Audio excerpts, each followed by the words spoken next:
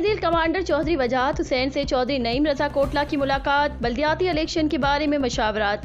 तफसीलात के मुताबिक साबिक मुशीर वज़ीर आला पंजाब हरदिल अजीज शख्सियत चौधरी नईम रजा कोटला की साबिक MNA चौधरी वजाहत हुसैन से खुसूसी मुलाकात के दौरान सियासी सूरत हाल पर तबादला ख्याल। इस मौके पर चौधरी नईम रजा कोटला ने कहा कि हल्के की आवाम से वोटों का नहीं ज़ाती ताल्लुक है।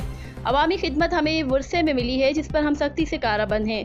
उन्होंने कहा कि चौधरी बरादरान की क़यादत में अवामी खिदमत का मिशन जारी रखे हुए हैं। हल्के की आवाम ही हमारे दस्ते बाजू हैं, उनके लिए हम बर वक्त हाजिर हैं। हम ख़ानदानी रिवायत को आगे बढ़ाते हुए हल्के की आवाम से मिलने वाला प्यार, मोहब्बत, खुलूस को कभी मद्देनज़र नहीं कर सकते। अवाम का तहफ़्फ़ुज़ हर कीमत पर करेंगे और अपनी तमाम तर सलाहियतों को बरोकार लाएंगे। अवाम खिदमत की पासदारी को यकीनी बनाएंगे। रिपोर्टर मलिक नवीद आवान, फास्ट न्यूज़ गुजरात।